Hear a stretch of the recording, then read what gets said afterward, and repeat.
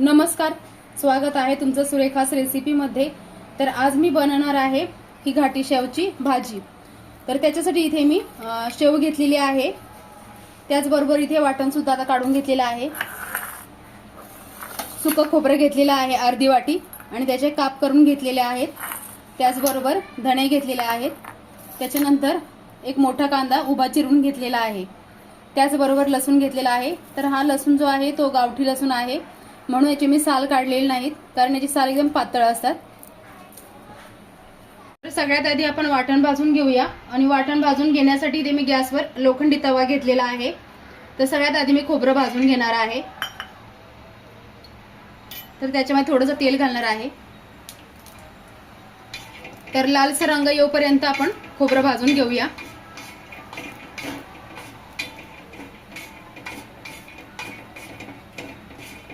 तर हे बघा, खोबऱ्याला लालसर रंग आलेला आहे। तर आता मी काढून घेते।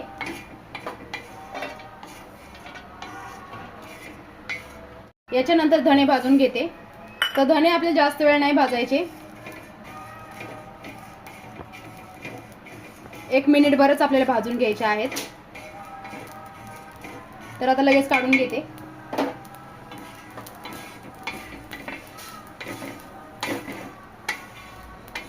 त्याच्यानंतर कांदा भाजून घेते।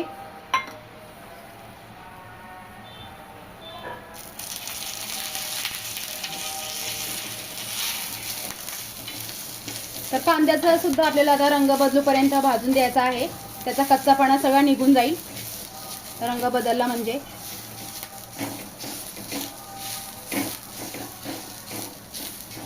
तर हे बघा, कांदा सुद्धा चांगला भाजलेला आहे आणि त्याचा कच्चापणा निघून गेलाय। तर आता आपण काढून घेऊया। तर याच्यामध्ये मी आता कोथिंबीर घालणार आहे, त्याचबरोबर हा लसूण जो घेतला होता तो लसूण घालणार आहे आणि हे वाटण आता गार झालं की आपण मिक्सरला वाटून घेणार आहोत। तर हे बघा, हे वाटण मी पाणी घालून बारीक वाटून घेतलेलं आहे। तर आता आपण भाजी बनवूया। तर इथे मी भाजीला फोडणी देण्यासाठी लसूण बारीक चिरून घेतलेला आहे। तर तुम्हाला लसूण जर असा नसेल आवडत तर तुम्ही आलं लसणाची पेस्ट सुद्धा घेऊ शकता, पण असा लसूण चिरून घेतला की भाजीला टेस्ट खूप छान येते। त्याच्यानंतर 8 ते 10 कढीपत्त्याची पानं घेतली आहेत, त्याचबरोबर कोथिंबीर बारीक चिरून घेतलेली आहे। तर हे बघा, इथे आता तेल गरम झालेलं आहे। तर तेलामध्ये मी आता सगळ्यात आधी लसूण घेणार आहे। तर लसूण घालूया तेलात। तर आता लसणाचा आपण रंग बदलून देऊया।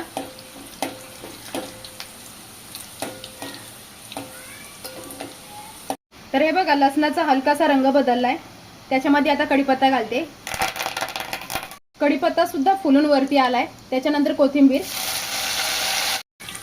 त्याच्यानंतर हळद घालणार आहे अर्धा चमचा। त्याच्यानंतर लाल तिखट 2 चमचे लाल तिखट। तर मिक्स करून घेऊया। गॅसची फ्लेम मी कमी केलेली आहे आता। आणि मिक्स केल्याच्या नंतर आपल्याला लगेच हे वाटण घालायचं आहे।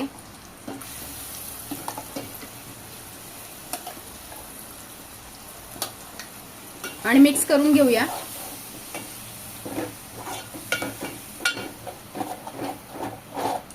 व्यवस्थित असं सगळं मिक्स करून घ्यायचंय। त्याच्यानंतर याच्यावर मी झाकण ठेवणार आहे। तर गॅसची फ्लेम कमी ठेवून आपल्याला 5 मिनिटांसाठी झाकण ठेवायचं आहे अर्धवट। तर हे बघा, 5 मिनिटं झालेले आहेत आणि आपल्या वाटणाला मस्त तेल सुटलेलं आहे। तर आपण चमच्याने मिक्स करून घेऊया व्यवस्थित। आता गॅसची फ्लेम मी मोठी करते। त्याच्यानंतर त्या भांड्यामध्ये थोडंसं पाणी घेतलंय, ते घालून या।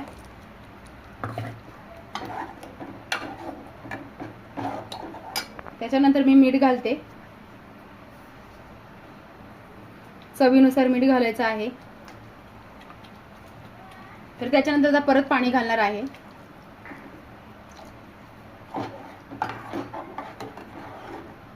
तर ही भाजी तुम्हाला घट्ट बनवायची असेल तर वाटण थोडंसं घट्ट असं राहून द्यायचं, किंवा थोडीशी पातळ पाहिजे असेल तर अजून जरा पाणी घालायचं।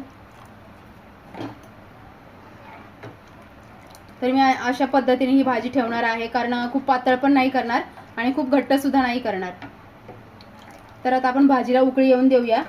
तर गॅसची फ्लेम मोठी ठेवून आपण अर्धवट झाकण ठेवूया आणि एक उकळी काढून घेऊया. तर हे बघा, आपल्या भाजीला आता उकळी आलेली आहे. उकळी आल्याच्या नंतर गॅसची फ्लेम पूर्ण कमी करायची आहे आणि एकदा भाजीला चमचा फिरून घेऊया आणि त्याच्यानंतर 1 मिनिटभर आपण गॅसची फ्लेम कमी करून भाजीला उकळून देऊया, म्हणजे आपल्या भाजीला रंग छान येईल. तर हे बघा, 1 मिनिटभर झालेला आहे आणि आपल्या भाजीला छान असा रंग आलेला आहे. तर याच्यामध्ये मी शेव मिक्स करणार आहे.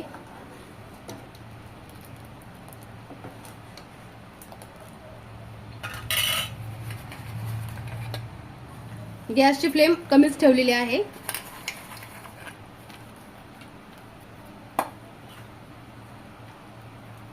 तर अजून 1 मिनिटभर मी गॅस चालूच ठेवणार आहे. आता याच्यावर मी झाकण ठेवणार नाहीये, असाच गॅस चालू ठेवणार आहे. तर हे बघा, आता आपली ही भाजी तयार आहे. छान भाजी झालेली आहे.